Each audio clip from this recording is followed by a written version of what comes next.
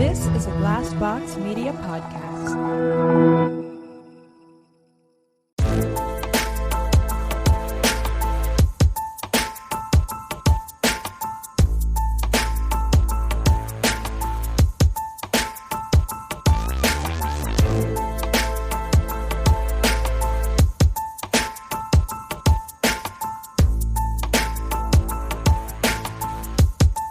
Hey everybody, welcome to another episode of My Worst Date. I'm Cassie. I'm Keegan. I'm Christina. Hi. Hi. Hey I feel there. super Hello. out of it today. I'm like, Really? yeah, like real.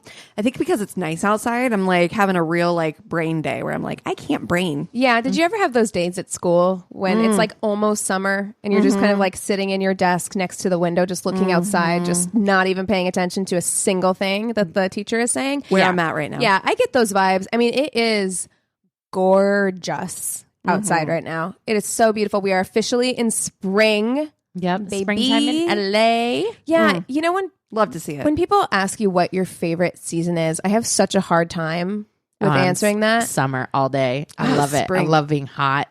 I do too. I love summertime. I also, when you're living in a place that has fall is gorgeous. But there is something about spring, like coming out of like the darkness of wintertime. Can we fucking celebrate the fact that the Senate passed like permanent daylight savings? Look, now, granted, I think it landslide. should be permanent standard time, but that's that's the thing is like, yeah, wait. because I was really stoked on this, and then I did research for it for your Angry Neighborhood Feminist episode, and I was like, oh, all sleep researchers are like, this is the worst fucking thing you could do. Like, yeah, everyone it should be actually like permanent standard time. That makes the most sense. Why are they?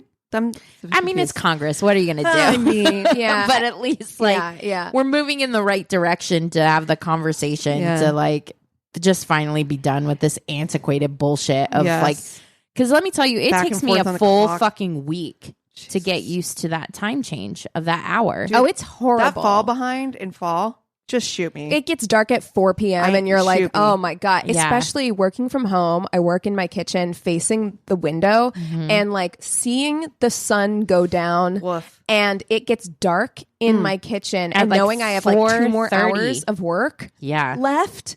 Oh, it's terrible. Awful. However, now I had a lot of fun reading a bunch of articles because I guess we did this before in the 70s. We did this in 1974 and it didn't go over well.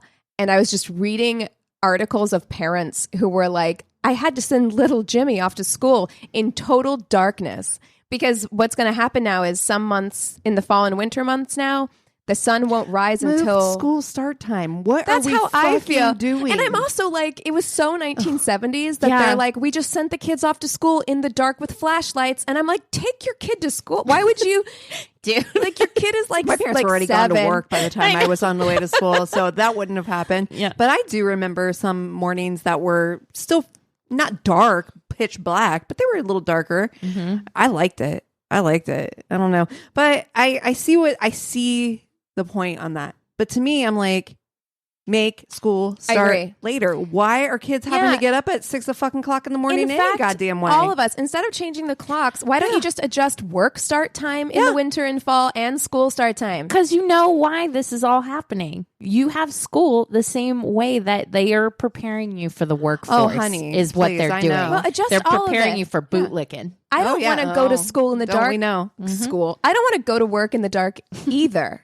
Yeah. You know? Yeah. So I'm just like, They do too. And you know what? That's actually, it's so funny because your boyfriend just posted something on that was like bragging about never missing a day of work is not like, that's not a brag basically. Yeah. No. But also that is exactly what school set you up for. Exactly. You get like Perfect a fucking attendance award. Yeah. You perfect attendance award. Yep. Yeah. Oh God. You wanted that. Like, well, I mean, I didn't give a fuck, but like, I mean, there's kids who were like that proud that they didn't miss a day of school. And I'm like, my mom would call me out of school, not even sick. And she'd be like, we taking a hooky day. Yeah. We're going to go to the mall downtown. Yeah. Like, you know, it was just, well, I'm not going to lie. Like, my schedule has been so insanely busy over the last couple of weeks. And it's going to continue to be busy for the next couple months. And I really wanted to call out of work, not for any reason other than that I'm like, I just need a want break. one day to myself where I could Right. like go to the mall, go for a walk, go to the library, read some books, take a nap. Like, I just wanted like a mental health day, and I didn't do it because I feel like there's so much guilt ingrained in me about like resting. Like, next Saturday night is like enshrined in my calendar. Oh my God. I'm so excited because we have so much to do next week, because I still have to do like work stuff, and we're going to be networking, which, you know, as like an introvert for me is like very draining. Exhausting. Yeah. Well, Eric's going out of town Friday through Sunday. So Saturday night, when we're done with podcast evolutions and I'm by myself, my God, Bridgerton will be out. That's all I'm doing. I'm about to buy you a bath bomb. If you She doesn't have bath know bomb. me, damn it. you will not hear from me on Saturday night That's because fine. I am eating sushi. Well, maybe. I might be eating sushi watching Bridgerton. So yeah. Eat sushi. My God, like I just love those nights when you are alone and time is to yourself. I love nothing more than a bubble bath with a glass of wine, then getting out, reading a book, feeling all clean and cozy. Oh, yes. Oh, it's going to be phenomenal. I'm so excited for you. I know. I'm so excited for you. Like, I love that for you. It's going to be great. I'm going to rent a hotel room. just like there's something I'm an to me extrovert, so precious though about those few moments. And you get it too. Yeah, I know do. you guys get it too when you're extroverts. Those moments when you get to have like by yourself Completely are kind alone. of few and far between. Yeah. When you're in a relationship or what have you, or you're living with somebody. It's great. And it's not to negate. I'm very, very happy in my relationship. yeah. But it's just like, It's not about that at all. Yeah, no, don't take it personal. It's I just get to like be sometimes alone in my house. my time is completely my own. Yeah. And also, I can be an absolute monster in this house. You know me, I'm walking around naked, fucking leaving shit all over the place. Oh yeah. I'll clean it up before you get home, but like this place is gonna look like I'm going to be nightmare. a lazy monster. Yeah. And it's going to be wonderful. oh God, I'm gonna eat so just jealous. pickles and cheese. Like Together. that's what that's been my snack lately. I'm just like taking out like pickle spears and like cutting chunks of cheddar cheese. Yes. Yum. It's like salty. It's it's delicious. I have no shame. I don't care. I'm having a real moment right now. I'm just so jealous. You need, honestly, look, you needs a break. You got 2 people and 2 animals living in your house. You should rent a hotel room. I'm pro you renting a Honestly. hotel room. Like, I'm pro renting myself a hotel do it. room. Do an Airbnb. Go hang out in someone's guest house for like a night. Just one night. Just one night. It's so worth should. it. Because like I said, I'm like, it has like a heart, a star, a sticker on this night in the calendar. Because it's just a mental health thing. Yeah. Just take a break. Absolutely. Take a break. The world is ending. Honestly. It's the apocalypse. Take a day off. Okay, so this is a hard pivot. I'm sorry already. I'm sorry. But we had a listener on Instagram reach out and tell us about this story. And I was like, that is some bananas shit. Okay. And it's kind of like a tainted love situation that's happening right now. Because I think it was it last month or this month? Either way, recently, there was a man who, like, he was talking to this woman, 22-year-old woman, cute girl on Instagram, like connected over Instagram. They were like talking, flirting, whatever, and decided to like hook up. So she's like, come to my place. Okay. And we'll hook up. And so he showed up and it ended up being like a honey trap. Like he got there. There were like several other like men in the room. He got like pistol whipped right away. Oh, what? Yeah. No. And she was there and they basically tortured him for a few hours with his brother on FaceTime. Like so that his brother could see everything that was going on. For ransom For or ransom. something? Oh What? my God. For ransom. Yeah. This happened in In the the States? Bronx. Oh my in the Bronx. God. Yeah, yeah. And so they ended up finding him like he was, I guess like, I don't know if money was actually exchanged, but they like drove him out somewhere and his brother was supposed to bring $100,000 and they left him in like a van and they said that he had duct tape over his mouth and nose. Oh, no. God. And I'm like, like you're trying to kill somebody if you leave them like that. That's like, attempted fucking murder. They can't breathe, you know. So luckily they did find him, and they have charged the woman and like several others, like a couple of the guys. But I was just like, that just warning, dating's be careful. not hard enough. Yeah. Man. Oh shit, my goodness. Just be careful, man. Like, because Just do not meet up with somebody for the first time at their house. That's true. That is Yeah. true. But it's very like early 20s Guys or behavior. girls, honestly. That's the thing. Yeah, I think there's so many exactly. times. Mhm. I think, honestly, if you're a guy and a woman's inviting you to her house on a first meetup, I would be suspect. If you're a guy and that's happening to you, just know that women don't typically do that. Women are usually too afraid to have somebody come meet them at their house for the first meetup. Right. Yeah. So But I who would think knows- that's suspect right away. Who knows how long they were talking? For sure. Because I don't know. Sometimes you can, especially in this digital age that we live in, I feel like you can False sense of sometimes trust. really feel like you know someone because Yeah. you've talked to them, and it's like you don't know them. Yeah. You don't know them. Well, that's why there's that's things like Tinder Swindler and Yeah. you know, because you think you know somebody. This digital age has really made that a thing, right? Wouldn't you Girl, say? I just watched Bad Vegan. Ooh, I wanna see same that. Ooh, I want to see same it. thing. I'll talk about it at the end. Okay. But it is the same thing where Dude. someone's communicating digitally for a long time. You think you know that person. Yeah, and parasocial relationship, basically. I'm yeah. watching Worst Roommate. Oh, So I'll be talking about that later. But Oh, yeah. but same fucking thing. yeah. I know Yeah. that story. Yeah. There's a bunch Oof. of Yeah. all of them so far are like bonkers. Cons Yes. are really in right now. Con stories are really in right now. Yeah, but Yeah. you know what? Like the first one of I'm talking about it now, but the first roommate story was a woman from like the 80s. Dorothy Puente. Oof. Yeah. Yeah, that's the one I was going to say. Woof. I know about Dorothy. Oof. Dorothy Yeah. and her thick ass glasses. Yeah. Guard up, man. That's what it comes down to, because she's Have like a friends little and old lady. But guard yes, yourself. have friends. That is Yep. the mantra. Well, that's what got Dorothea in the first place is because you know she was trying to. Okay, sorry, we're like straight up talking Go about it, ahead. but here we are. I'll talk about something else at the end of the story. But she straight up was, you know, taking people who were off the streets, vulnerable. Yeah. vulnerable. People that didn't have quote unquote families, people that she assumed would never be missed, but she fucked up because one of those guys, his therapist or his social worker was like, She went extra. she did. She was like, was no, like, Where he is did he? not go to Mexico. Yeah. Where is he? I'm just going to tell you right now, I am calling the police on Monday and they will be there if I do not hear or I do not see. Like, she just wasn't having it. Like, she was like, no. Yeah, I know we No. talked about this before, but I would do that for any of y'all. And I know 100. that you would do it for me too. We'd Shit. be like, You're like, I haven't heard from Keegan in a couple days. Right. I mean, Right. like, It's a little weird. Yeah, just check in. Yeah. Quick check in. We really should have like Safe safe words. words. Yeah. We should. Yeah, because I'm like, this is how you know it's me and not like I'm Tiger Beat, sassy. And we're just like some random.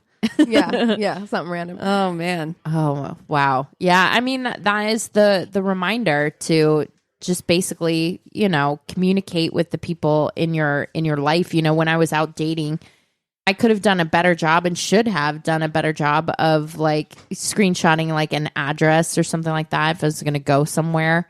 Like, just let people know where you're going to be. Yeah, I don't want to call you out, but you really should have. No, I know, because Cassie and I There were were on your times. ass. We were on your ass about that all the time, and you were like, no. You're like, I'm fine. I'm I don't like people knowing where I'm at. I'm like, I know you don't, but look, we've seen too much Dateline Yeah. for you to not do Yeah. this. And I do that even if I'm like, I don't really Lyft or Uber anywhere anymore, yeah. but like I used to when I was out lifting and Ubering, I would screenshot Yep. my driver's information. I'm like, anything happens to me, I don't make it to the restaurant, it was this motherfucker right here. Lyft right. actually has a feature now that you can actually send the Lyft to your friends or whatever, and they can track your ride. Good. Yeah. So yeah, Yeah, I so know they I can look, used that and the you other know- day. Yeah. You know, with our friends, our friend Amy would be glued to that screen. She's like, they took a left here. They shouldn't have taken a left there. Everybody in the car. That is in the Amy. car. That is Amy. She's like, why are they taking a left? Oh my man. gosh. Well, what do you guys want to do for FMK this week? I know we have the Oscars coming up. Yeah, We have the Oscars. I think we should FMK Oscar nominees because Should we be the movies? I haven't seen a lot of them. I haven't either. I just have to go based on like you've seen a lot of them, Christina. Yes, I have. I have an issue with the Oscars, Let's do anyways. categories. But Oscar category. oh my god! Well, obviously, Oscar doesn't care about some of its categories, considering it's not going to be televising some of the categories that are vitally important to making a film watchable. But but they always do that. They always do that. Like every part of making a film is so important, and they just decide that like, no, people don't think this is interesting, so we're not gonna. Yeah, just listen, celebrities. I don't know if many people outside of California really think the Oscars are that interesting. I mean, I think they're interesting just because I am a film lover. I love the construction of a film. Yeah. I spent, a couple hours the other night watching a freaking documentary on sound design in movies. But, like it's interesting to me. But I think if they weren't televised, I don't think that many people would care. No, not really. Especially it's a very now. industry thing. Especially now. I used to love, like when I didn't live in LA, of course I wanted to be in the industry when I was a kid. So I watched the shit out of the Oscars. I like the dresses. Exactly. I like the fashion. Just gonna say the fashion. it's red carpet all the way. Mm-hmm. Yeah, that's But my category. it was also that I just wanted to, like, I wanted to be in the industry. So I was very interested in like what like won, and I wanted to see their speeches and like Practice my speech of course, since I could talk. Of course. But I think that right now we're having a real interesting reckoning with celebrity in this country. Yeah. And I think that people Just doesn't feel right. It doesn't feel right. They're not as engaged in this kind of like wild excess that you see. And I think that we're all kind of like, did anybody deserve anything this year? That's kind of what I think everybody's feeling. Like, was there anything that felt worthy? But also, I don't know. It also is like, yes, there were some good movies that came out, but like, doesn't the nurse who's been working like however many hour shifts for like a year and a half deserve some kind of recognition? It's the recognition part of it where it's like, there were people that went through fucking hell in the past couple of years, and it feels really This weird. is masturbatory. Truly, because you guys are already celebrities, you're already rich, you already got this. You're That's already the thing here. for me. For me, it's the excess because I'm like in any industry. I'm like, yeah, absolutely. Honor people who were extraordinary in their industry for that last year. Like, I think a lot of industries do that, and I'm for that. Like, I think that's really cool. However, I think it's the like excess. It's the that's fact being that it's kind televised. Of like, and it's like makes it like saying like, oh, you should pay attention to this. This is on TV.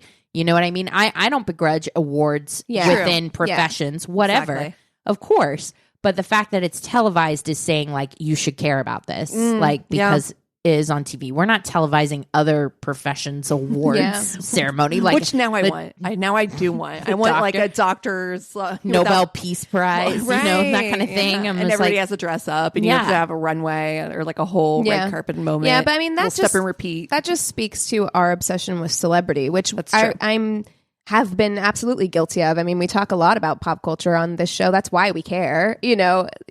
That's why we talk about them. Period. But I'm just like. There was a time when I thought that all that stuff was glamorous, and now I'm kind of icked out by the fact that you're wearing a $50,000 dress. Like I used to think like, that you didn't have to pay for, that you're probably borrowing. It's just, and you're getting grab bags that are worth like $300,000 a person. You have the money you could spend on a dress, and you don't have to. That's ick. Yeah, that's ick. I'm sorry. Yeah. Well, with that said, wow. Let's celebrate them more. It feels well. We're not celebrating. We're gonna FMK, and I feel like that's so. Which category are we doing? Are we doing let's actors, the supporting actors, let's actresses, do actors and actresses in leading roles, and we can pick from either. How about that? Okay, pick our favorites. So these are the nominees. You got Javier Bardem for Being the Ricardos. You've got Benedict Cumberbatch for Power of the Dog. You've got Andrew Garfield, Tick, Tick, Boom. Will Smith, King Richard. Denzel Washington, The Tragedy of Macbeth. And for the actresses, you've got Jessica Chastain, Eyes of Tammy Faye, which I want to see. I really want to see that. It's good. Olivia Coleman, my angel, The Lost Daughter. Penelope Cruz, The Parallel Mothers. Nicole Kidman, Being the Ricardos. And Kristen Stewart in Spencer. man, It's a lot of good they ones. They love an actor playing an actor. They love an actor playing an actor. Oof. I gotta say the best performance, because I've seen all of those movies, and my own personal opinion, what Denzel Washington did in The Tragedy of Macbeth was incredible. Ooh, oh my gosh, it just gave me chills. Ooh, I'd love to hear it. His acting in that was the best I've ever seen from Denzel Washington. Oh, Oh and my that's God. wow. I'm saying something. That the is. cinematography, the lighting was so good, but I've never studied like Shakespeare, but I've read all of Shakespeare's plays. Yeah. Somebody that is able to effortlessly communicate in that language and make it understandable. Oh, it is a gift. It's a gift, and he fucking nails it. He does so good. I've heard he shows he's up Francis McDormand. Oh, shit. I said it right here on this Damn. episode of My Worst Date. You know, I think that they are comparable actors. Like I mean, but they're very different. They're very actors. different, and Yeah. I have never been that impressed by. I mean, like never that level of impressed by Denzel Washington, where I was just like, holy shit, that's one of the best performances I've ever seen. Denzel So, Washington I'm saying has it. a quality about him that I love in an actor, and it's that very like effortless. Like Yes. he's He's a chameleon. so effortless. When And he's you a watch chameleon. him in anything, I'm like, I don't feel like you're acting. I feel No. like this is just Just who you are. who you are, and that's amazing. especially difficult when you're talking about Shakespeare. Yes. Mhm. Yes, It's hard not to come off as actory when you're Yes. saying words in what is basically a foreign language or sure. poetry, you know, and it did not feel like that at all. So Ooh. I'm picking Denzel Washington. Okay. Okay. I'm actually very interested Me in too. seeing I'm this gonna now. watch it I'm immediately. intrigued. Yeah. I think I'm going to pick Jessica Chastain. Okay. She's such a good actress. Yes. That's She does really well in that movie too. I can just Movie. see that. I wanted to pick Javier Bardem, but I cannot as Ricky Ricardo. That is just it's just like, I think they're both miscast. it's the most horrible miscasting ever I've Yeah. seen. And I love him. And it's just so awfully miscast. Like it doesn't have to be a Does Javier Bardem to make this work. Kidman And have everything. a lot of outstanding bills to pay. Honestly. She is working her ass off right now. Does she not that like her woman- husband? Listen, because she is in everything. Everything. TV Including or that movies. Fucking terrible AMC Oh God. thing. Have you seen her in the Oh, no. AMC thing? Oh, the ad. The ad?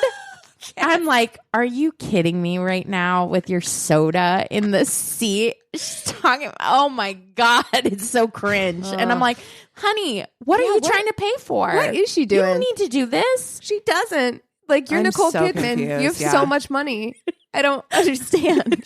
Her and Keith are like not great. And she's just like, I'm going to get out of the house. Yeah. So busy. AMC commercial, I'm in. It's fine. Yeah, no, tell him that I'll do it. But Say less. Cole, you don't have to. No. I'm in. I'm telling him I'm definitely in. Where I does love it them. shoot? Yeah, that's great. Great. Good. I'm in. That's I'll gotta right be there. it. It's I'm gotta like, be. What is her? She hates her kids secretly. She's like, I gotta get the fuck out of this house. Oh, she is Damn. in everything recently. And it's just I like can't. her fucking face everywhere. Yeah. Yeah. I don't know. Okay. So Keegan's gonna pick Nicole Kidman because she's in everything. She has to be in this. I'm like, she earned it. I mean, no, I'm trying to decide between Olivia Coleman, who I love so fucking much. Oh my God. And- that movie, I don't think I can watch it though. Oh, it looks heavy. I'm gonna watch it, but it looks heavy as hell. It's on my to watch list on Netflix. Or Andrew Garfield, because I just really like him. I like him a lot. I just saw missed me. the new Spider-Man, which has all 3 of the Spider-Mans in it. I actually thought it was really good. Oh, I haven't seen it yet, but I heard it's really good. Yeah, it's up now. It's on streaming. It just Yeah. came out. It's a No Way Home or whatever. Yeah. Tobey Maguire's in it, and Andrew I did Garfield. not know Man, that. Tobey all- Maguire. And Doctor Strange is in it. Yeah. Yeah, God, it's what a actually time.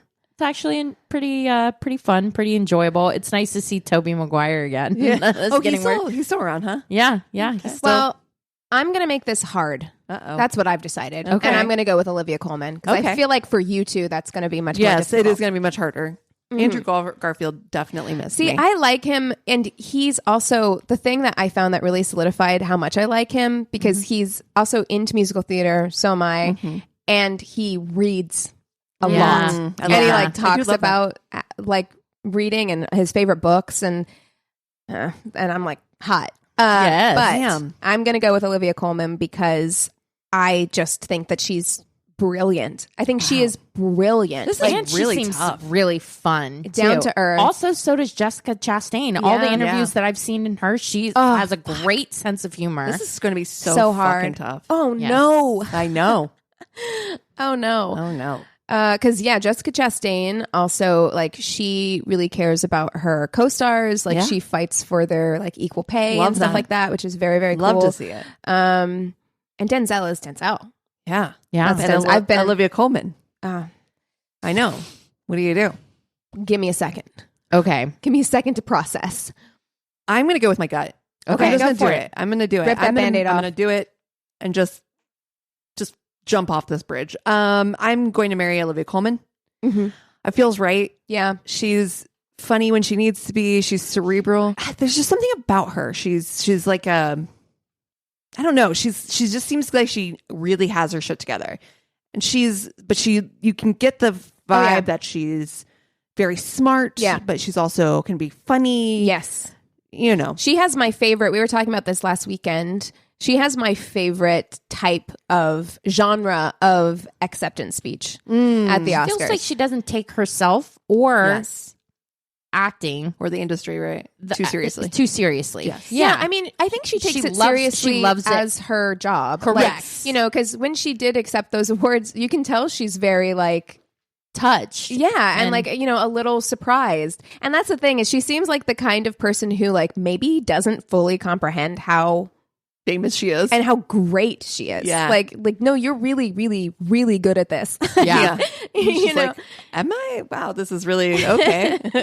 And then I'm gonna fuck Jessica Chastain. Okay. So beautiful. She's so sexy. She's very sexy. And honestly, I think she'd be a fun time.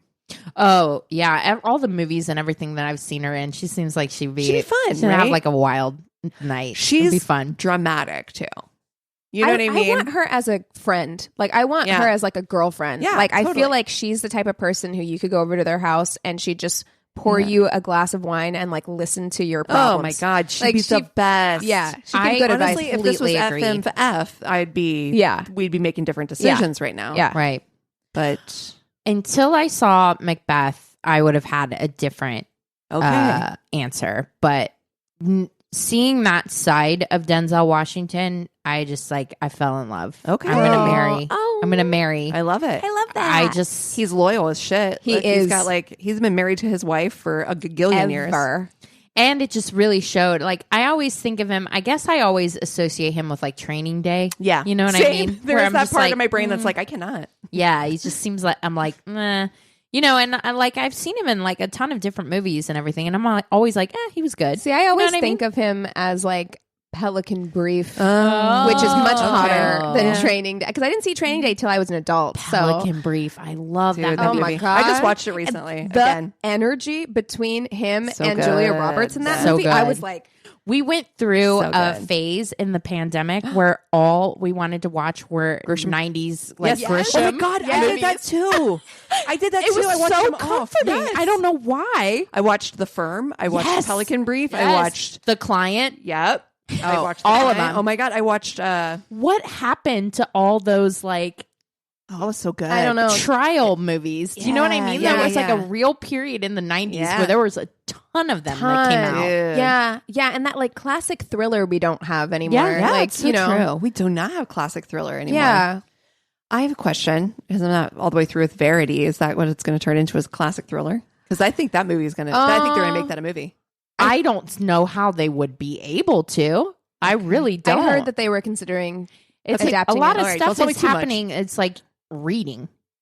So what are they going to show her reading and like reenact? Like I think they have to reenact. They would have to reenact. But so we're talking about a book right now, listeners, called Verity by Colleen Hoover, and if you do listen to it, you may see it better because they have two women's voices. They have one woman narrating the main character and then one woman narrating Verity. So maybe that helps. They would do reenactments, I'm certain. Yeah. Yeah, don't tell me much more. Okay. No, but that it is kind of like an erotic thriller book, and I think that they're trying to move. It does not feel erotic with somebody reading it to me. I'll tell you that. Yeah, no, there's not a lot. I wish there was a little bit more erotic in it, but yeah, it's yeah. Okay. Anyway, you're gonna marry. I'm gonna marry Denzel. I definitely think it would be just a good relationship. He seems like somebody that you could have a conversation with. Like, we wouldn't be arguing. We'd be having a discussion. Oh my God. Yeah. It's Chris and I. Yeah. Yeah. We're not arguing, you guys. We're having a discussion. And then, I'm going to fuck Olivia Coleman. Oh, shit. Okay. You know what? I see it for you. I actually feel like, to me, I think Olivia Coleman's actually going to be more fun. Yeah. Olivia Coleman's going to do shots with you at the bar. Hell yes, she will. Yeah. Yes, she will. She's getting those rounds of shots. It's just going to be fun. In my gut, I had to go with my gut, and that's kind of what I feel. I know. It's really tough. We're all going to do different stuff because I'm going to marry Olivia Coleman.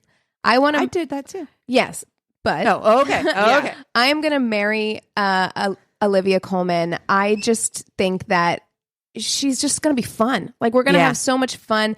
I don't think she takes life too seriously. Right. Like, I would be happy to run lines with her. And I bet you she's the type of person that you run lines with who, like, if they get it wrong, they're like, fuck shit. Like, that's the kind of shit I like. I've run lines with a lot of people, and sometimes you run lines with people who get real, like, worked up and, like, wound up, and that's not fun. Yeah. So I think that our marriage is going to be just a good time, relaxing. Okay. Yeah.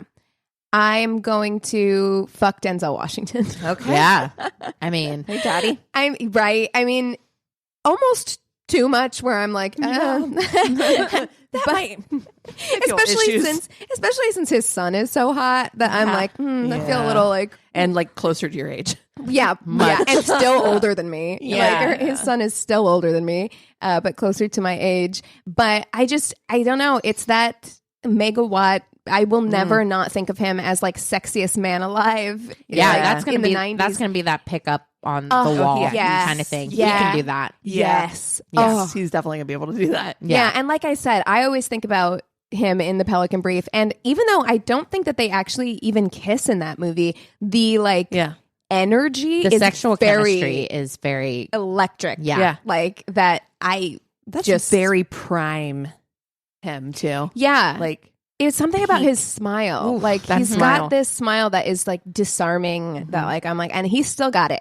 Yes, he does. Still got it. So I am going to fuck Denzel and love Jessica Chastain. I love everything she stands for. I think she's beautiful. Yes. Like I said, I think she would be, of the three, she's the one that I think would actually be the best long-term friend. Like, exactly. I agree. I want to go shopping with her. I want her to give me advice. I want her to be here on our girls' night chat. Yes. All of that She'd stuff. be so fun in the group chat. Yeah. But then we would be like, I can't say anything. What if she thinks I'm weird? Yeah. She's almost like, she's that friend who's like too pretty and it should be an issue, but she never makes you feel bad. Nah, exactly. Like me, right? Yes, exactly. Just like that. All right. Well, that was a good one. You guys want to take 5 and we'll come back with stories? Sounds good. And we're back. Okay, I'm going to kick us off with stories since I have the Tainted Love this week. This is from Reddit. I went on a date with this girl from Tinder. She super liked me and messaged first, so I was really happy to have someone interested. I asked if she'd like to go for a walk sometime, and she said she'd love to. So we get to walking, and like 5 minutes in, she asks if I have roommates. I say yes, I live with 5 people. Oy. Sidebar, wow. Yeah. I mean, Five's a lot. maybe it's a house. Maybe it's a big house. Yeah. Mm-hmm. He lives in a fraternity. Yeah. I'm just like, we just talked about needing our own space, and like the idea of living with 5 other people makes me want to break out in hives. Even if they're children, to be honest, that's too many people in one house. I would love to live with you all on a compound where we have separate houses. Yes. Honestly, I would even be cool with my relationship being like that. I'm like, I'll wait for you across the breezeway. Like, we don't need to. You're like a Helena Bonham Carter and what's his name? Yeah, I'm And like, the we can roommate. have 2 separate houses. Yeah, we can have houses that are joined by a hallway or something like that. Yeah. I live with 5 other people and tell her about a few of them. There's Max, Matt, Mark. Wow. With a lot of M's. Wait, Mark Smith? I know him. What's he been up to? I'm sorry. Mark is not that Uncommon of a name. for I'm you to, assuming that he's using fake names. But yeah. still, that's a quick Mm-hmm. pickup. Yeah. Yeah. Oh, you mean Mark Smith? Wow. Yeah. Wait, Mark Smith? I know him. What's he been up to? So we start chatting about my roommate, and she knows a lot about him.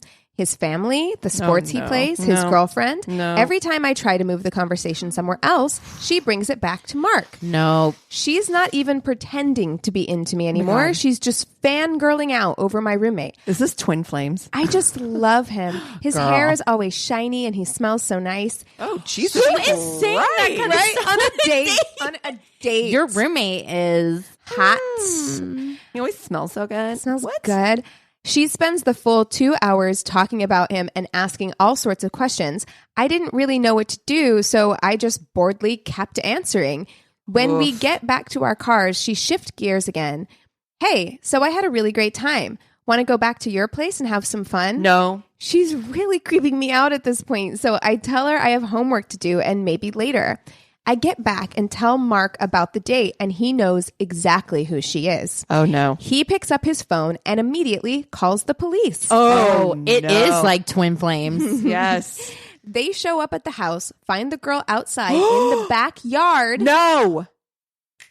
and arrest her for violating a restraining order. Honey. Oh, Honey, my God. it turned out that she was super unstable and had stalked my roommate since they went on one date almost a year prior. She recognized me from photos she had of him and used me to find out where he lived. Wow. No, because Cassie and I have Dude. both been listening to the new Wondery podcast, Twin Flames. I don't think you've listened to it. No, at I have all not yet. I have not heard of these people at all. Wow. But it's basically like these 2 people create this website and this seminar called Twin Flames Universe, where they're like, we had to fight so hard for our relationship, and like, we can teach you for the low cost of a few $1,000s Okay. how to find your twin flame. And it is all about them encouraging these people to go and like not Take no for an stop- answer. Don't take not no for an take answer. no for an answer. Yeah. And like, people went to fucking jail Oh for my God. stalking and harassment. The one It's- person who went to jail and then was like, they were like, but did you die, basically? And What? she's like, no. Then you got to keep trying then. Whoa. She just got out of jail for it. And they're like, well, yeah, no. I think you're doing the right thing. Did you feel like you were being true to yourself? She's like, yeah. And they're What? like, keep going No, then. no. It's It's wild. It's so cringe. It's- It's terrible. I'd never heard of it before. It gives me chills. It makes me, because your biggest thing. No, I your know. I'm fear is terrified right obsession. now. You would be terrified of this podcast. No, I'm Yes. am I gonna listen immediately? Yeah, like Because I need to know all of the ins For and outs sure. of what It's might happen. Messy. But- And I looked up these people too, because I'm like, who are these people that are getting thousands of dollars to tell you how to do your love life? I need to get eyes on this.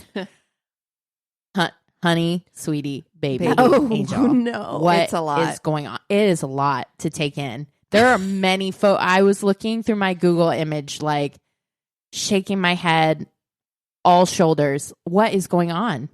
What is going on there?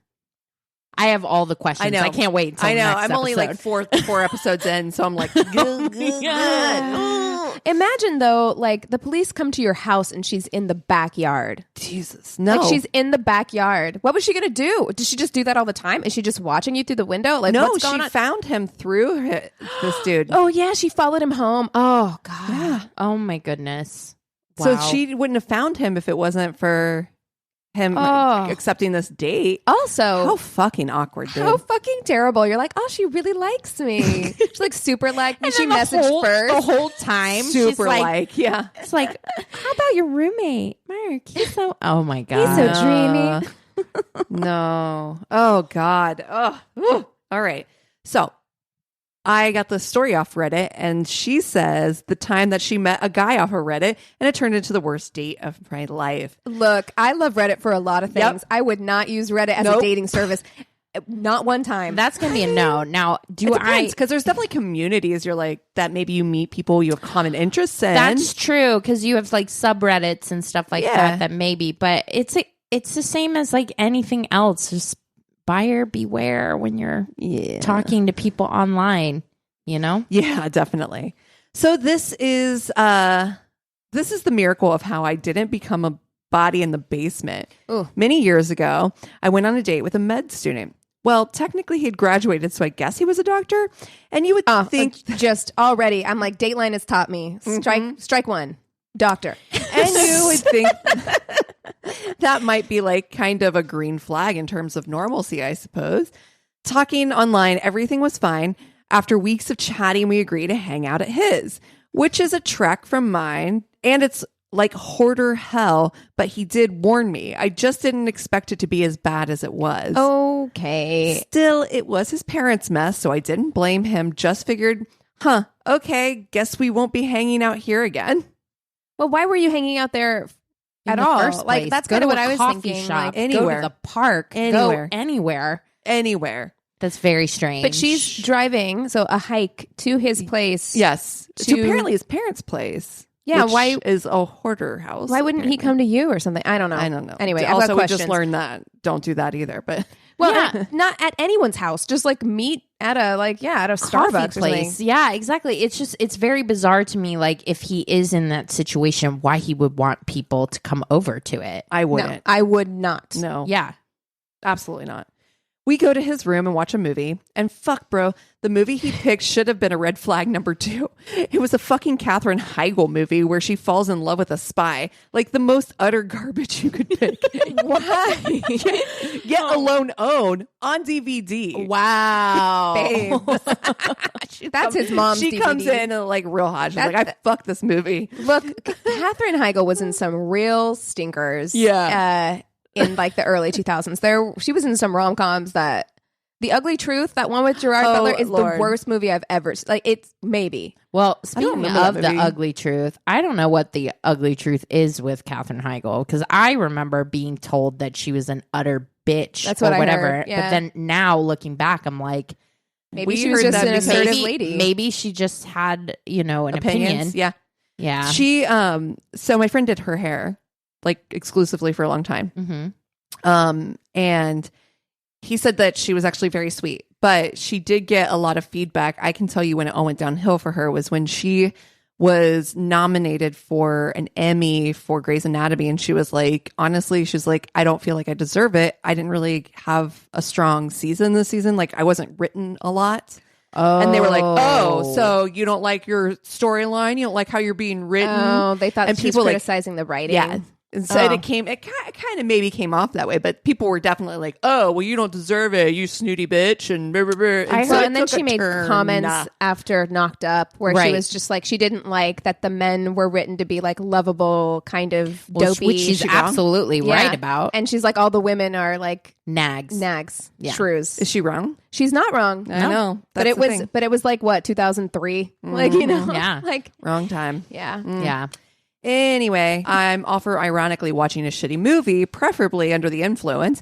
Anyway, I get through that hell, and somehow my horny ass is still willing to make out. As we're making out, I see a piece of paper taped onto his wall. On it is a list. No, I'm scared. Of every woman he has ever been with. No. Stop. Oh, he has it taped Every on his wall. Sexual act he had Stop done it. was them.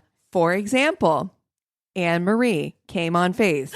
Sarah, cream pie sex. Laura, I'm scared. Oh, I'm so uncomfortable. I hate this. almost crawled over that chair. Does he have an Excel doc? You know what I mean? Where he's like drop down like menu. I think Excel doc would be better because at least it's not public. Like he's at his parents' house. Just his with mom his hands comes up on in to his like fucking wall. aw. Dude. I was freaked out and asked him to take me home because I didn't want to spend $150 on a cab ride. I know my life should be worth more than $150, but what can I say? I wasn't thinking straight. So he drives me home and it's dark at night. We get on the highway and he just starts freaking out and crying about how he fucked everything up. And his face is murderous. He's driving like a maniac. I'm tense as fuck, trying to calmly direct him away from killing us both. I somehow make it home alive, obviously, and vow never to date again. Wow. You have it taped to your wall? What is the point of that? And you have somebody else over? I don't understand. Like, help me to understand, because we tell these stories. And so me as an empathetic person, I try to put myself in that person's shoes. What is your motivation? What are you looking for out of this? You are already like inviting somebody to an uncomfortable situation. Like a hoarding situation is something that is uncomfortable for a lot of people. I know I would peel my fucking skin off. I get nervous sometimes, like with like pens not being straight on the desk. You know what I mean? Yes. Like, so yes, you're already at that level. Yeah. Why do you have it taped on your wall and you don't think, I have somebody over, this might make somebody uncomfortable? Like, you don't, that doesn't come into your head at all? There's no self-awareness. No, I don't think he was taking into account what would make her uncomfortable or comfortable at all. Like, I already find this situation, unless you're in high school, having someone come over to your parents' house to lay on your bed and watch a DVD with you is like very weird for a first date. Like, very weird. Yeah, I mean, I still get triggered by the DVD menu for Zoolander. I do too, only because I fall asleep to it. 50 and like wake up and like what? It's like, oh my God. Oh my gosh. All right. I got mine from Reddit as well. It's a twofer.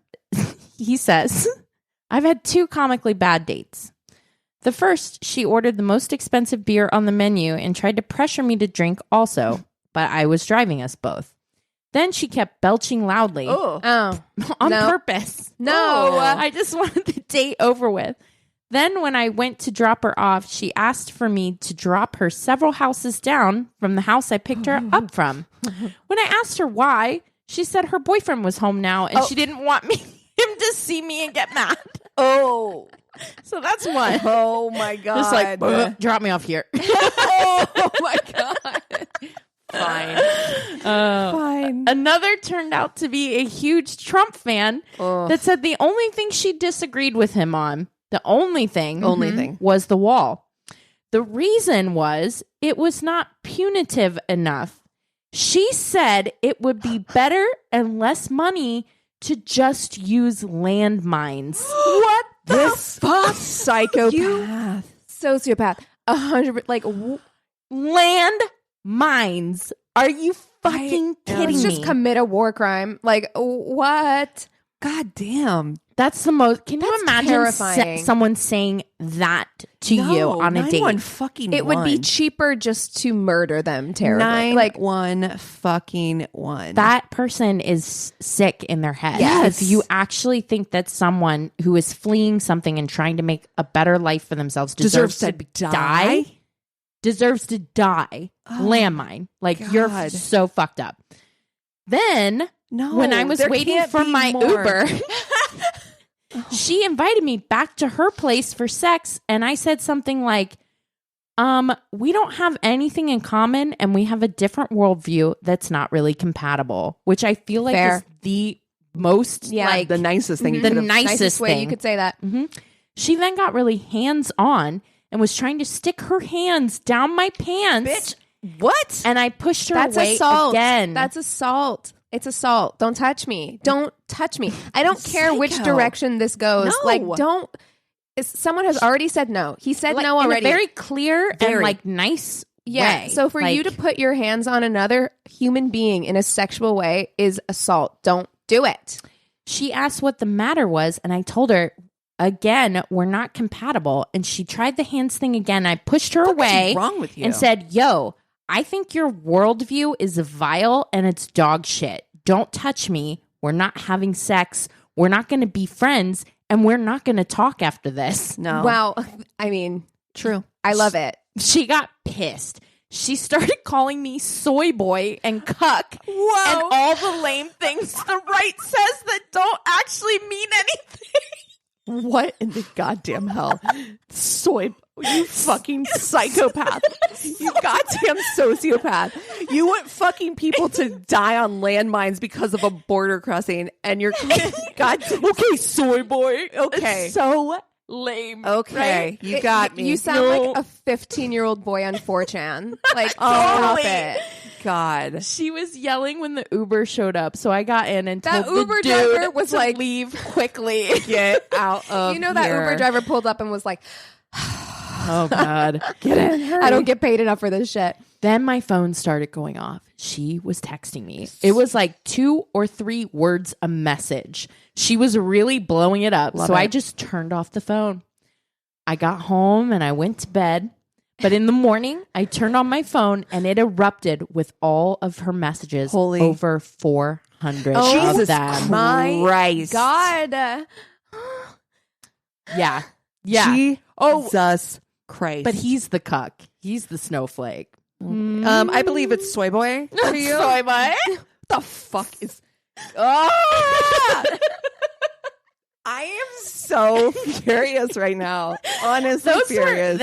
Those were 3 real like zingers this week. Whoo-wee. Damn. Well, Uh-oh. Don't love where this is going. yeah. Okay. Listen, it's not. Do you need to apologize in advance? Yeah, because it's not fun. I feel like Christina always comes in and she's like, "Hey, let's talk about something kind of like a weird and quirky, like a talking parrot, or whatever." I want on record saying that I had the talking parrot story first. Everybody keeps forgetting about my talking. I had a talking parrot story where he gave away the murderer. What? We've had 2 parrot stories? Yes, we have had 2 parrot stories. Well, shit. Yeah. Now I feel like I need to find a parrot story. a talking parrot You story. had little Sebastian, so like you had the baby with his bow and arrow on little Sebastian. Yes. So I don't know what you're that talking fake about. ass story you made up. No shit, dude. What? I wish I'd made up that story. Oh, that's so good. I wish I had that creativity. Me too. Like, for real. Okay. So I am going to tell the story of Molly McLaren. And this was not one that I knew previously. Like, it came up on my YouTube is now starting to suggest more and more like creepy shit, weird true crime stuff. Oh my God. like, When you go popping up. down a YouTube rabbit hole, it's It's like, something else. here's this horrible thing you've never heard of. Yep. You want to watch it? So I was like, yes, Good luck. I would like to do that. Yeah. And so I got a lot of this information from it kind of feels like a Dateline type show for the UK called True Crime Central, but I'm not sure if it's a show or if it's a YouTube channel. But if it's a YouTube channel, it is high quality, like highly produced. Like it feels like you're watching Dateline kind of. Okay. So I got it from that, and then there was also a Bustle article. So Molly McLaren was a 21-year-old health and fitness student at the University of Kent in the UK. And I know it's become somewhat of a cliche within true crime circles, that whole like she lit up a room trope. Yeah. Right. But that is really the vibe you get from this. She was actually made of stardust. Yeah, Like, she was literal actually one of those Twilight. sparkles. Yes. She bitch lit up a room. Lit up a room. That's not going to be in my Dateline obituary. At all. Don't fucking lie. Christina had to be fucking lie. dragged into a room. Christina always canceled last minute by text because she liked to sit on the couch. My God, triggered. Christina got home and put on comfy pants and decided she didn't want to come. Oh my God. But I mean, like that really is the vibe that you get from this woman. Like if you see pictures of her, first of all, beautiful. Like she looks like a Disney princess. She's got these big blue eyes and she's blonde and just really like beautiful. And everyone who knew her said that she was charming and outgoing and like really smart. And she was loved by both her friends and her teachers. Like they even interviewed teachers who were like, yeah, like she was just a joy to have around. Wow. Yeah, which is just when you're watching a show like this, you're like, that's... It kind of makes you not want to be a joy to be around, just Right, so yeah. that you don't end up in a Dateline episode, because you feel like those are the only people who end up there, right? It's true. Yeah. Yeah. No, I have no chance I'm starting to of get that nervous because I feel like people might be like, she was so delightful. I'm going to start being a real asshole. There you go. Can't be me. Can't be me. It's Can't not catch me. I'm gingerbread man. Molly was really passionate about fitness, so much so that she actually started her own fitness blog where she would post her workout routines and healthy meals, etc. I wish I liked exercise. You know, I have bits, like bouts when I do. I like it after I do it, but I don't love it the way that some people are like, I fucking love exercising. Yeah.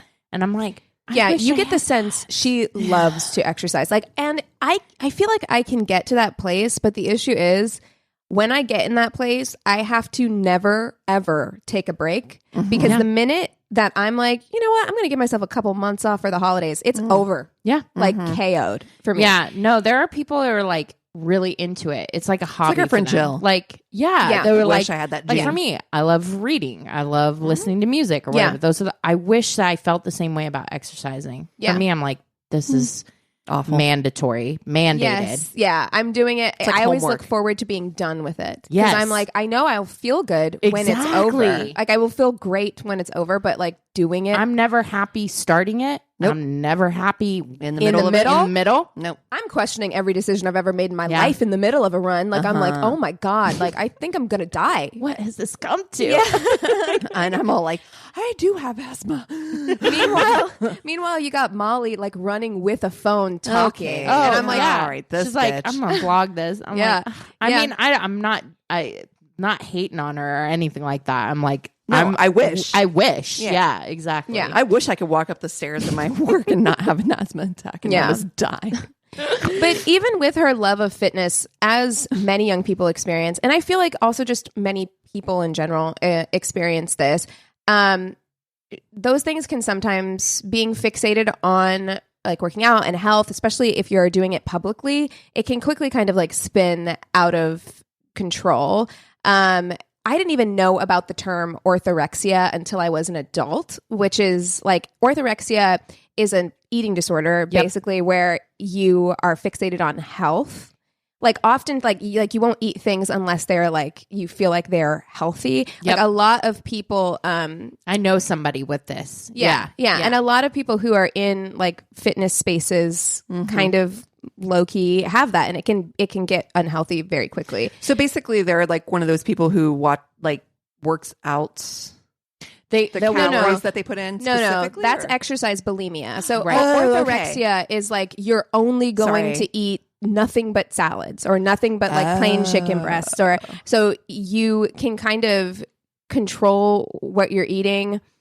When things become like a fixation, like I love reading books, but if I started to like not show up to my job or only reading books, it's kind of like that, but with fitness, fixation, where it becomes like you're living your life for fitness. It becomes more of an unhealthy relationship. and it's specifically food as well. Like I used to watch this person on YouTube who I'm not going to out on here, but they did skincare. They didn't have a fitness channel, but they were also like a raw vegan. And they would do their like what I eat in a days. And you could see her progressively getting like thinner and thinner on like when you watch these videos. And when you saw what she was eating, you were like, That's you're not very specific. Yeah, yes. You've restricted your diet to such a point where like you will only eat like raw spinach and sunflower seeds or whatever. And like that, because that can't be good. It's not. Yeah. Well, how about that on that podcast? The only thing that they were going to eat is hot dogs. Listen, of all the foods. of all the foods. Anyway, sorry. And I don't know if that's exactly what she had going on. I only brought that up because I really do think it's something that people should talk about more as a form of disordered eating. But she did struggle with disordered eating, bulimia, and also anxiety. She had pretty severe anxiety. But she was working really hard to combat that with the support of her close friends. So she let her friends in that she was struggling. Nice. They were really, really supportive and really emphasized that she got up every day and chose to like make decisions to battle her illness and like work through her anxiety. So she was recovering from her eating disorder. She was described as not being super focused on finding a boyfriend or a romantic relationship at the time. She was more interested in her blog and her studies. But once the school year was over and summer rolled around, she figured that she'd give dating a try. So she downloads Tinder. It's hot girl summer. Hot girl summer. Yeah. She quickly matched with 24-year-old Joshua Stimpson. So Molly was definitely not the impulsive type of person. So even though Josh only lived about 9 miles away from Molly, they chatted on the app, getting to know each other, occasionally talking on the phone for a few months before she met up with him in person. She was like, I'm not gonna just like jump into something. Right. Yeah. Come to your parents' house and watch a Katherine Heigl movie on the bed. So once they do finally meet up in person after a couple of months, things seem to be going really well. They're both very attractive young people. They've got similar goals, similar interests. They like to work out together. They're just very much typical people in their early 20s. And I think something that's interesting about stories like this that are pretty recent and dealing with young people is that you can track their relationship in photographs on Instagram, right? Ooh, So there's pictures of them, together, selfies at concerts, out at bars, what have you. It's her first serious relationship, and they both seem very happy, very smitten with each other. She really felt like this was a person that she could open up to. And in turn, he really opened up to her as well. They both had a lot of anxiety. He struggled with depression. So they were able to kind of like relate to each other on that level, kind of talk about their insecurities and help each other work through them. She felt like she had kind of like that twin flame situation, So despite the fact that Molly was very active on social media, she seemed to be a pretty private person and waited about 4 or 5 months before introducing Josh to her friends. And I don't know if this was just because she was enjoying those early days of a relationship and didn't want outside opinions, or because she wanted to make sure the relationship was real before she brought her friends into it. Both totally valid. Like, for sure. I feel like lots of people are like that. I wouldn't wait 4 or 5 months. There's also, Depends, I think there's times, and not to say that this is one of them, but there are times when you're dating somebody and you like them, but you're not sure where they're at. You know that your friends aren't going to like. Well, and you know what I mean? That's precisely why I wouldn't wait 4 or 5 months, because I trust you before I trust anyone I'm dating, and I'm like, but you also don't want your friends to tell you no. Yeah, because it's like I've only been eating cake. And you don't want your friends to know you've only been eating cake, because they're going to be like, girl, that's not healthy. Yeah. And you're stop eating cake. But I still want to eat cake. So I'm going to wait to tell you about this for 4 to 5 months. Yeah. Because I'm enjoying eating this cake. Really liking cake right now. Yeah. That's literally going to be the title of this episode, is I'm really liking cake right now. So I feel like that says a lot about where I'm at in my life right now. I got cake in the fridge right now. Yeah. Oh, we're having March cake. Is the month of cake too, because it's everybody's goddamn birthday. Cake. I mean, and you can keep that party going until April 10th, baby. That's right. Yeah. So either way, for whatever reason, when Molly finally does introduce Josh to her friends, they sense that something is just off. They're like, with babe, you can't just eat cake. Yeah. Josh is the cake of people. No, he's not. That's doing a disservice to cake. So he's not super friendly or chatty with them, and they're just seeing red flags. So her friend group is and close. She knew her friends. She had it in her gut. Weren't gonna, but she was. Yes. Yeah. Her friend group is, you guys would get, like, it would warm your heart to watch them talk about her, because it's so clear that, like, they were close, like, and they did text each other, and, they were close. For instance, some of these red flags, one of Molly's friends made a joke with him, and afterwards he kind of went in on Molly, like when they were alone. So when they left, she made some kind of joke. She didn't specify what the joke was about, but later Josh went in on Molly, saying that her friend was trying to get between them. She's trying to get between us. Right?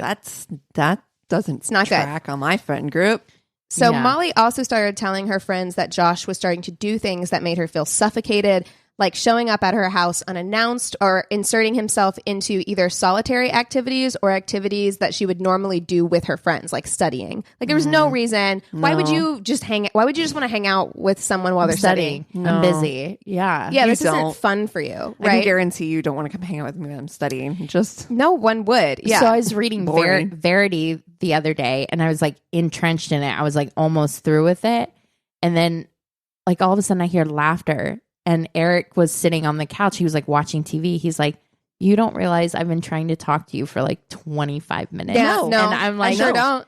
I literally you didn't literally hear. not I see didn't me hear reading? at all. You know, he's Yeah. like, it's so weird. He's like, I was like, it feels like my ears turned off. Yeah. No. Chris can have the TV on. He can have anything going on, and he can read with no problem. He does the same thing. Yeah, my ear, it's like weird. I get into the words and like he was like, I was talking to you. He was right next to me on the couch too.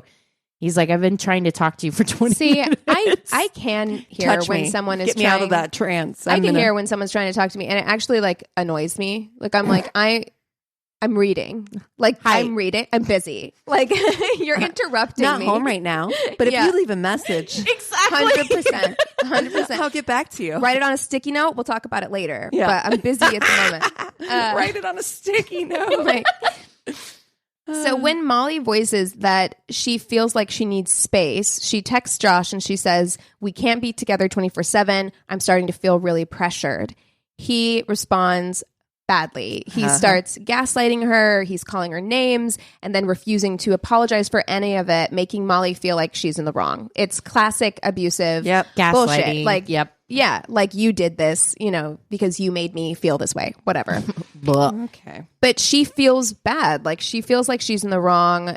She's, I think, 21 years old right now. And so she stays with him, but only for a few more months. Feeling trapped and suffocated, Molly decides to end things with Josh after a few months. When she does so, he bombards her phone with texts. Every day she wakes up to a barrage of text messages from Josh, begging and pleading with her to give him one more chance. Eventually, he wears her down, and after a few weeks, against the advice of her girlfriends, she takes him back. Like, she's like, okay, we're going to give this another shot. As soon as they're back together, he picks up right where he left off. Of course, he had made all of these promises that he was going to change, he was going to be different, but he's exactly the same. He's even more controlling and domineering. He's showing up at girls' nights out with Molly's friends, uninvited, right? Not. And generally just None of our guys would ever. No. And it would be weird if they did. Like, How hard is that when that's your friend and you want nothing more than to kidnap them or just shake them and be like, this is dangerous. Like, honey, you in danger, girl. Yeah. Yes. Oh. Yeah. So he generally just did not allow Molly to leave his side for any length of time, really. Like, she couldn't go anywhere without him going with her. Oh, I hate that. Yeah. In May of 2017, Molly decided that maybe the two of them just needed some time away to patch things up, just the two of them. So she plans a vacation. And it should say something about the relationship that Molly's friends were very concerned about her going away with him alone. Yeah. Like they were like, he's already trying to isolate you. And now like you're going to take a plane somewhere far away where like none of us could come pick you up if we needed to, Oof. So sure enough, her friends began receiving texts from Molly that everything was going really very badly. She didn't go into specifics, but she said that spending time with Josh was terrible. And at one point she texted a friend, "Help me." Like she was just like, I don't know if she felt like she was necessarily in any physical danger, but it was just so terrible. We've all been there. Like it's just, you're in a bad spot. And I think that "help me" was almost more of like, help me get the strength to end this. I was just going to say, so unhappy. I literally was just seeing Cassie and like, I've got miles. So. Yeah, here we go. I'll get on a plane. I'll get on a plane. Already there. Yeah. You know my ass. That's why, like, you got to be ready. You got to be ready for me to already be at your door. Yeah. You say the word. She's right outside your hotel room. Out my name. And wherever I am, I will come running. You will. So when they get back from this vacation, Molly was determined to end things. though she dreaded it. I mean, we all have been there. Like when you know you need to end a relationship, but you're like, well, she already knows what scary. his reaction Right. is, which is scary. And like, I'm sure her imagination is, she's not safe to end that relationship. If that's how he's reacted thus far. Yeah. You have to be so planned. You almost have to just be already out the door. Well, here's what she did, which is also, look, I don't advocate for public fights between couples usually, but sometimes you got to do it. But on June 17th, 2017, Molly was out with friends celebrating her 23rd birthday, and Josh showed up, and the two of them had an argument, at which point Molly finally snaps, and she blurts out that she doesn't want to be with him anymore. Good. So she breaks up with him there in the bar, and her friends described that he reacted quite violently to the news and began shouting before leaving the bar. And then that's when we step in. Yeah, exactly. So her doing it in a public place was actually like with her friends. That's right. And then you leave that stuff. I know it's hard. You're 23 and you don't have money, but fuck stuff. Honestly, fuck stuff. You don't ever have to see, like, fuck it. Block, fuck all the stuff. We'll get you stuff. Or, everybody, that whole posse comes to get your stuff. Exactly don't go get your fucking stuff by yourself. That's exactly fucking right. So after this, he begins harassing her on social media to such a degree that she blocks him on all communication platforms, which is the right thing to do. But it enraged Josh. So what Molly and her friends and family don't know is that Josh has a history of violent behavior towards ex-girlfriends. When one past girlfriend broke up with him, he spit in her face. No, absolutely not. You know. That to me is such a vile... You might as well slap me. That's very violent. Yes. You might as well slap me. I would rather you slap me. It's as bad as a slap. Like, it is violent. Yeah. Another girlfriend, he slashed her tires. Yet another said that he would follow her and take pictures of her, sending her one of herself in her backyard, which is scary. Whoa. This same girlfriend said that when they were together during a bout of rage, he threatened to drown her.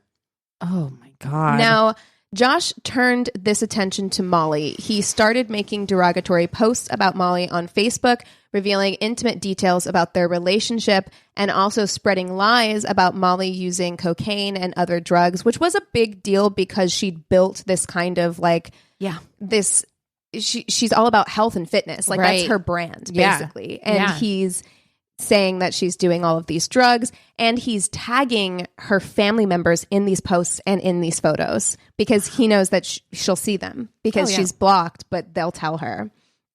So, and you be a good family member and you block him too.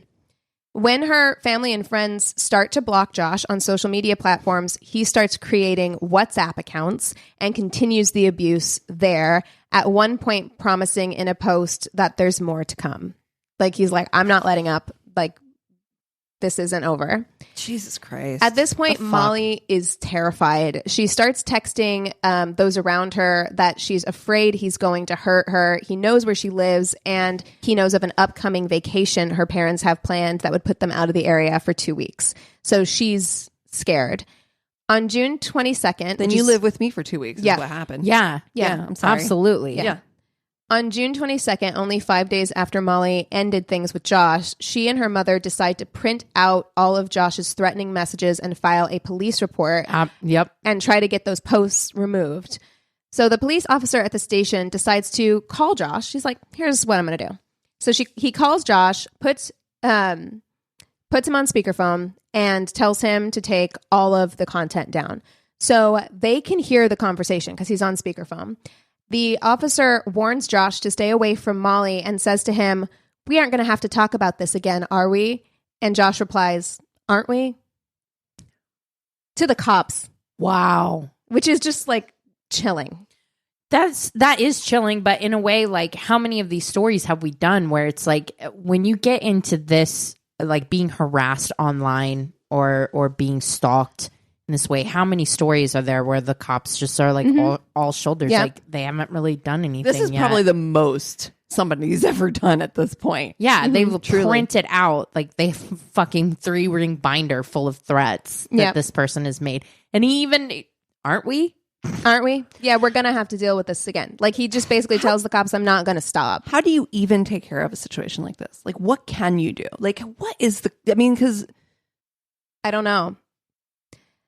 We'll talk about it at the end. I have some ideas, but I think it is important that we talk about, because I feel like this situation, it does come up a lot, and especially in online dating and in our online world, we should at least, I guess, try to be like, maybe try this or whatever. Okay. Yeah, I do want to. So this obviously terrified Molly and her mother, who decided to print out pictures of Josh to distribute around the neighborhood, asking that her neighbors, please be on the lookout for this man. Like, if you see this guy in this neighborhood, call the cops, let us know, whatever. And everybody's like, that's not my business.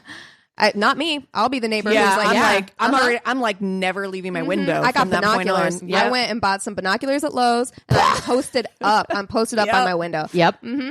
Every person that walks by, I work right by my window anyway. I don't think every person that walks by I know. Like, I've got my eyes on you.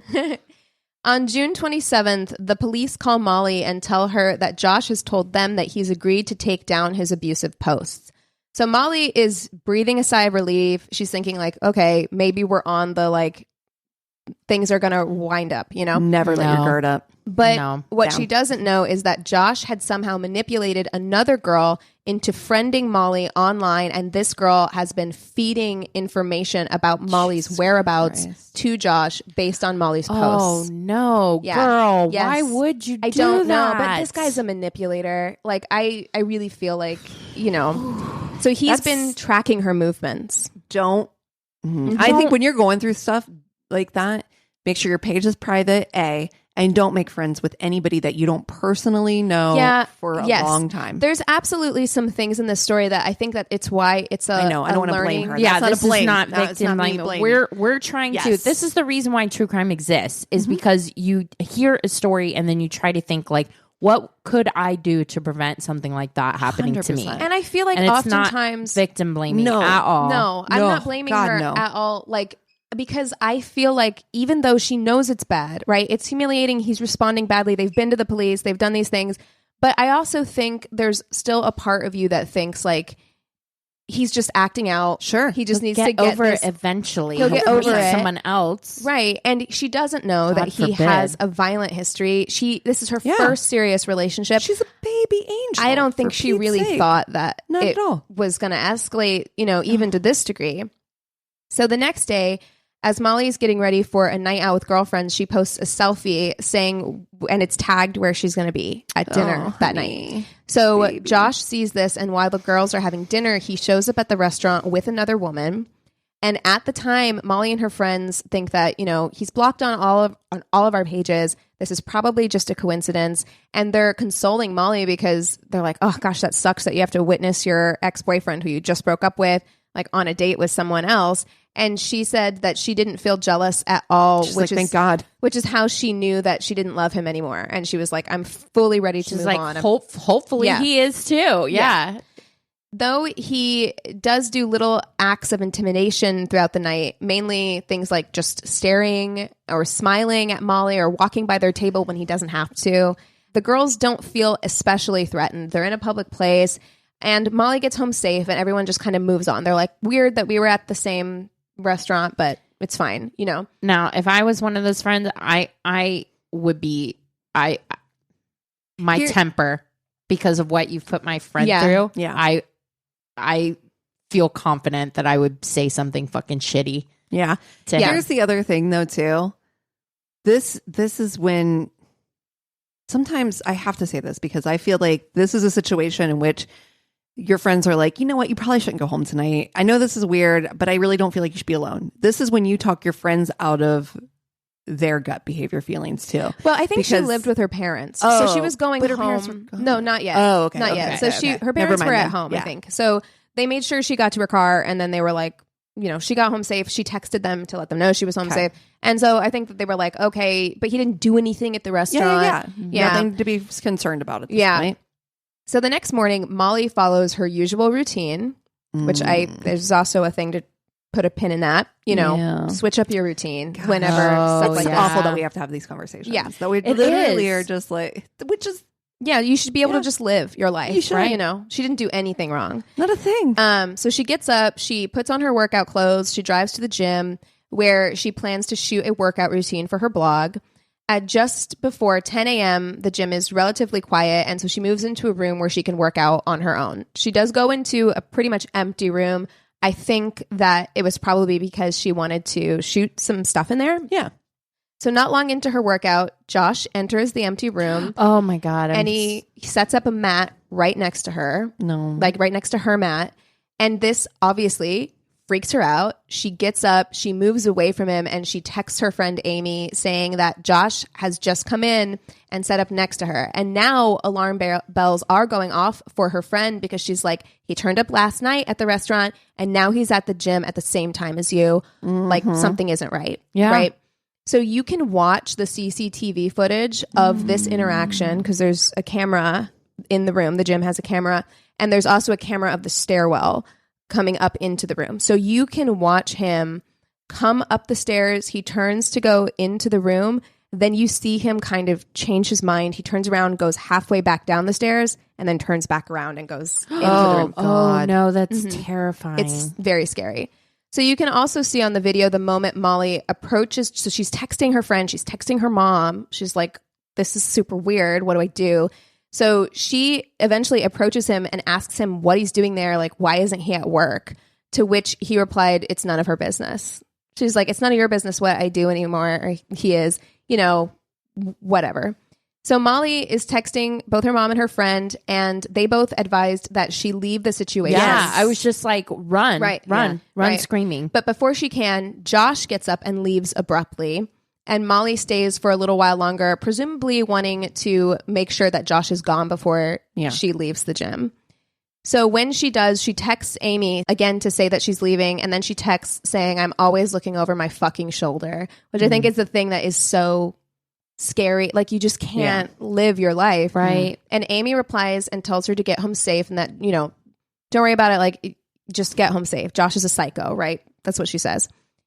When Molly doesn't reply, Amy assumes that she's driving home. But in reality, Josh had been circling the parking lot waiting for Molly to leave. And when she did, he quickly parked his car, crossed the parking lot, and jumped into Molly's passenger seat before she could pull away. At just after 9 a.m. on June 29th, 2017, Josh viciously attacks Molly with a paring knife, stabbing her 75 times. Jesus Christ. Oh my God. So she tried to fight him off. She's screaming. She's honking her horn. But in the end, she died within minutes. Oh Jesus my Christ. God.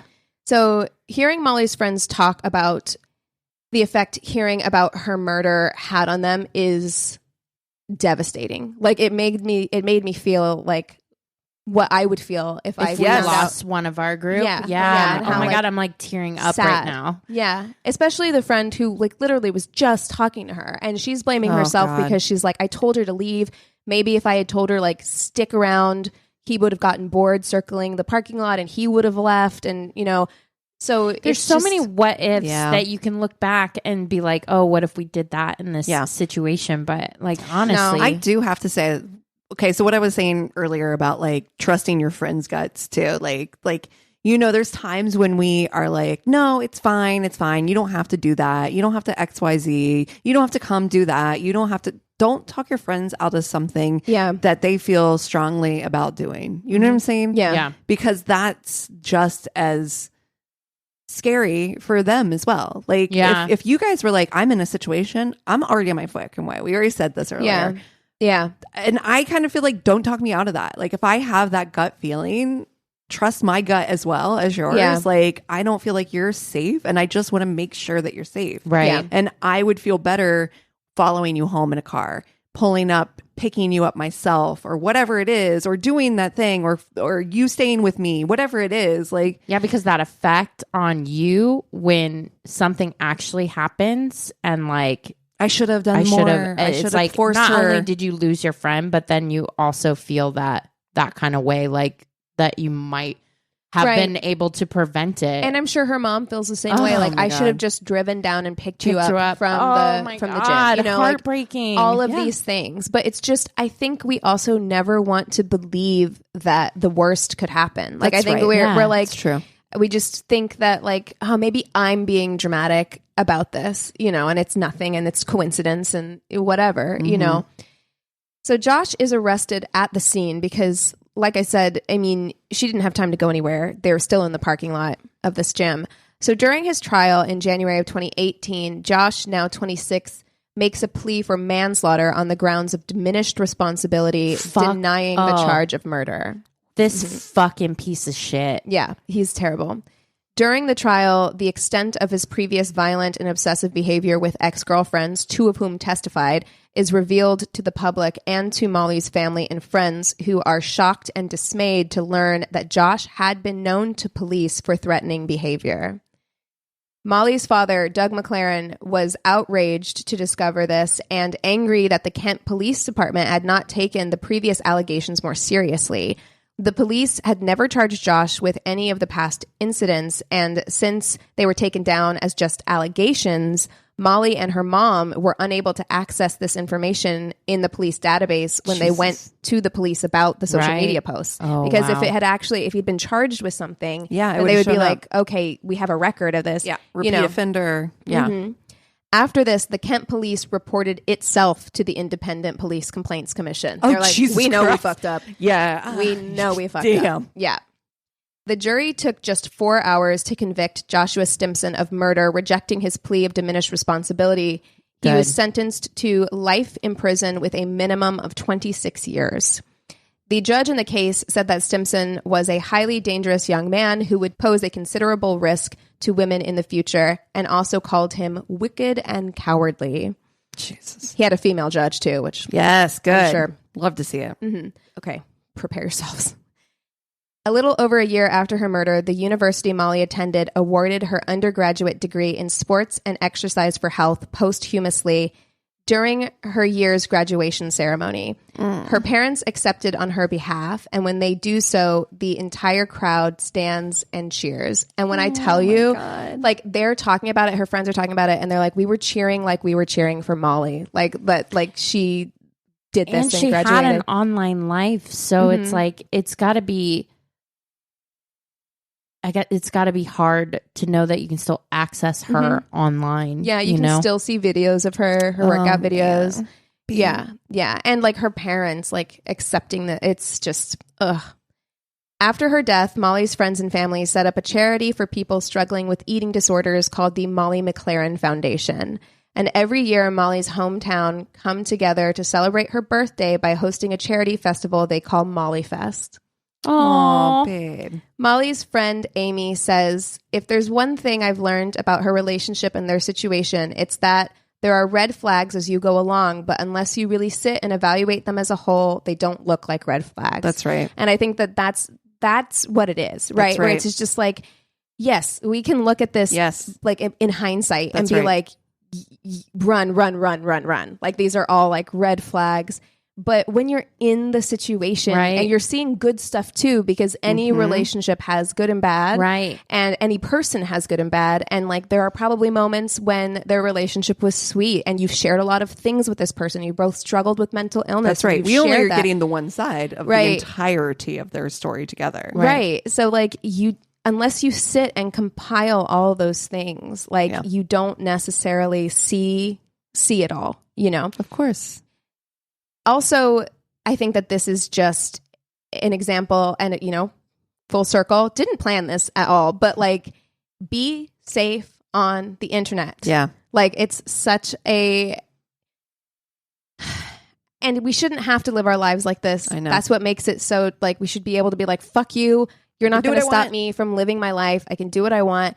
But be careful. I am so guilty of tagging where I'm at. You know, like I do it all the time. Or I even said we went out to see a friend's band and I was just like, hey, I'm going to be here. Come hang out with us. Come like, you know, and you don't know who's watching you. Yeah, like that's you right. don't know who's watching. So just be really careful.